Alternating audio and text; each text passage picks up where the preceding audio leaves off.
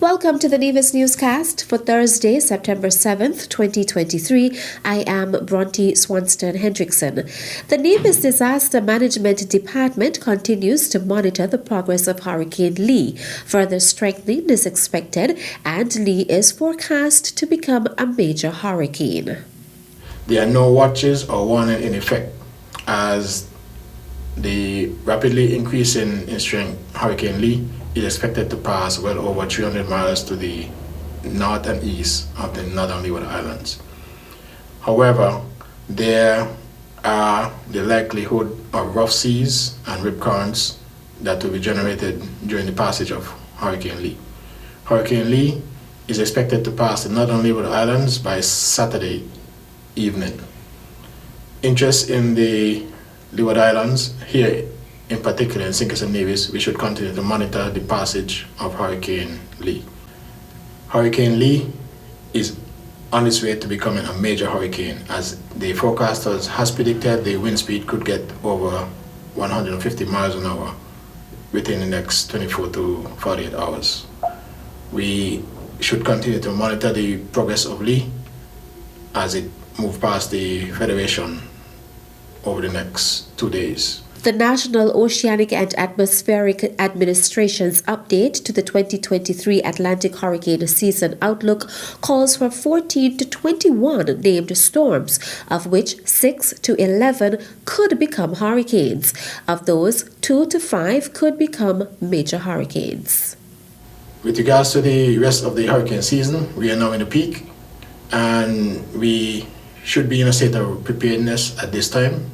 All residents should have the emergency plan and stock up on their dry goods. We expect a continuous flow of tropical weather systems coming off the coast of Africa, as both the Atlantic Ocean and the Pacific Ocean are well above normal sea surface temperatures.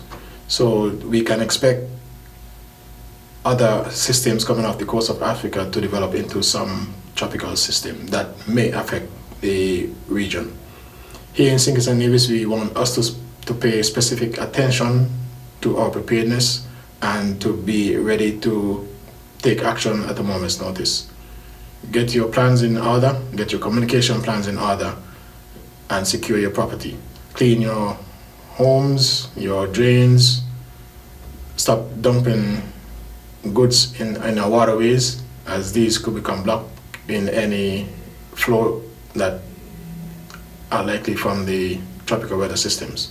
Director of the Nevis Disaster Management Department, Brian Dyer, advises residents to stay tuned to local media outlets for information from the department and local Met services on developing weather systems. Information is also available on the department's website, www.ndmd.kn.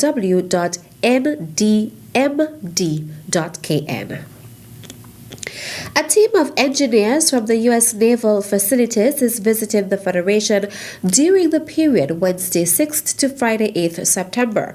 The purpose of the visit is to discuss plans for the construction of a Bureau of Standards lab at Pinny's Estate, as well as a proposed design and sites for construction of a Ministry of Health warehouse at Long Point.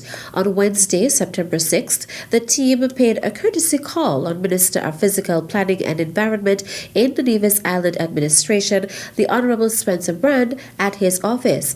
Minister Brand spoke of the importance of the project, noting it would add value to the island of Nevis. We now need to begin to get into greater food security, and we can only do that with the proper testing facility. And we feel that this new initiative would help us to position ourselves with that new facility. We have bottled water. Our water department also generates millions of gallons of water on a daily basis. We are now engaged in small businesses that are getting involved in manufacturing of certain products and items that we feel are not only good here for the island of Nevis, but we would like to see them export to foreign market. And we think that the Bureau of Standards will be able to position these entities in a much better position to have those products exported. So we are excited about this project. It is something that I think would add value as well to the island. The team of engineers consists of Roberto Panoranda, Rickman Jackson, and Ronnie Perron. Well, we thank everybody for your hospitality, and we're really happy that we met with a lot of the stakeholders. We're trying our hardest to make sure this is a really good project, and we're going to be able to provide the community a good facility where you guys can use it for your testing and water and all that. So we're glad to be here. I'm glad that we were able to look at the sites, because a lot of the information we had was just on paper. Right. So actually being physically here makes a big difference to us, and it'll help us with our design and our construction process. The United States of America is donating $2 million to the construction of the Bureau of Standards Lab, which is expected to begin in early 2024. Still to come. They're either not paying their taxes or they're not paying their fair share of taxes. The details after this break. Taxes are the lifeblood of a nation. Feel good about what your tax dollars do in Nevis. As a responsible citizen, your tax dollars protect our environment. Pay your taxes on time. This message was brought to you by the Inland Revenue Department, Nevis. Be a responsible citizen. Welcome back. Premier of Nevis, the Honourable Mark Brantley, is making a plea to businesses and individuals to honour their tax obligations.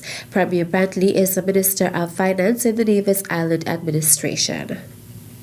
We have been at the Inland Revenue Department doing some analysis. And I believe that it now seems quite clear that some of our businesses and some of our people engaged in activities on the island are not paying their taxes. They're either not paying their taxes or they're not paying their fair share of taxes. In relation to taxes, we have our VAT, we have our unincorporated business tax, and we realize that some of the people who are best placed to be paying their taxes are the ones who are trying to be,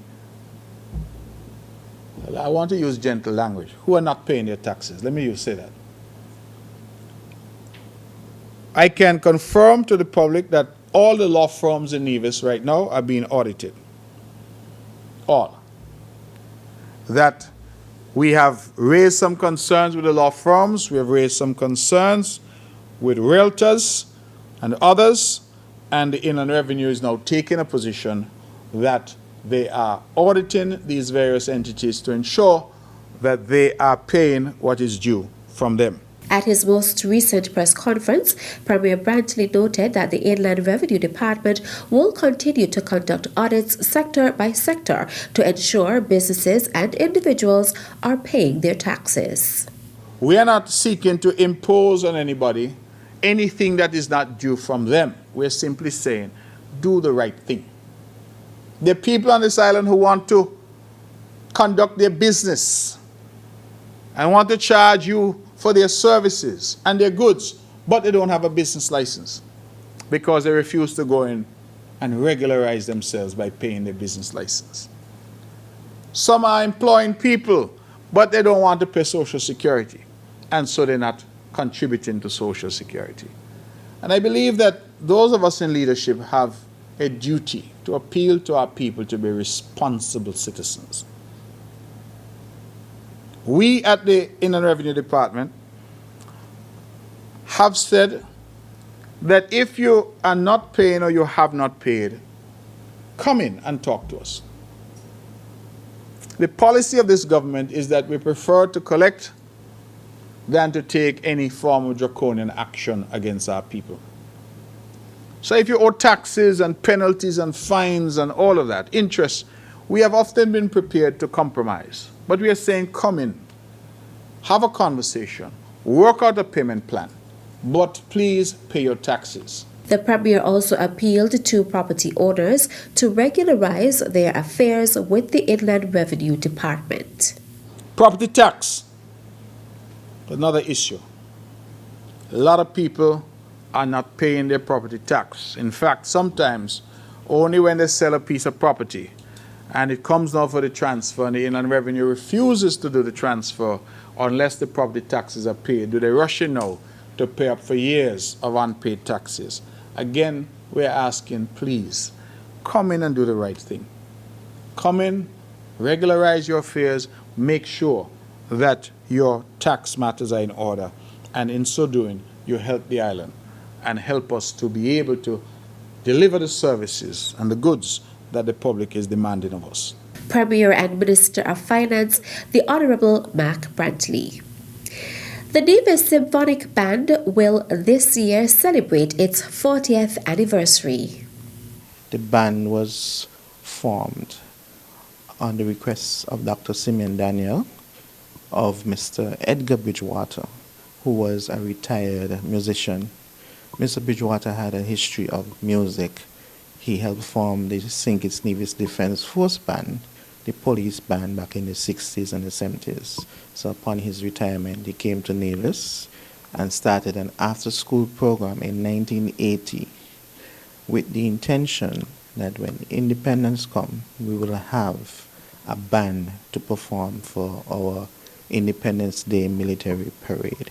Director of the Nevis Symphonic Band, Rohan Claxton, spoke of one of the activities that will be a part of the 40th anniversary celebrations. There will be a mounted display on the historical progression of the Nevis Symphonic Band at the Nevis Public Library starting on Monday. And I think they would run it for a week or probably more. And we want the public to go out and support, especially the young school children. Director of the Nevis Symphonic Band, Rohan Claxton. And that's it for this edition of the Nevis Newscast. On behalf of all of us here at the Department of Information, I am Bronte Swanston Hendrickson. Thank you for viewing.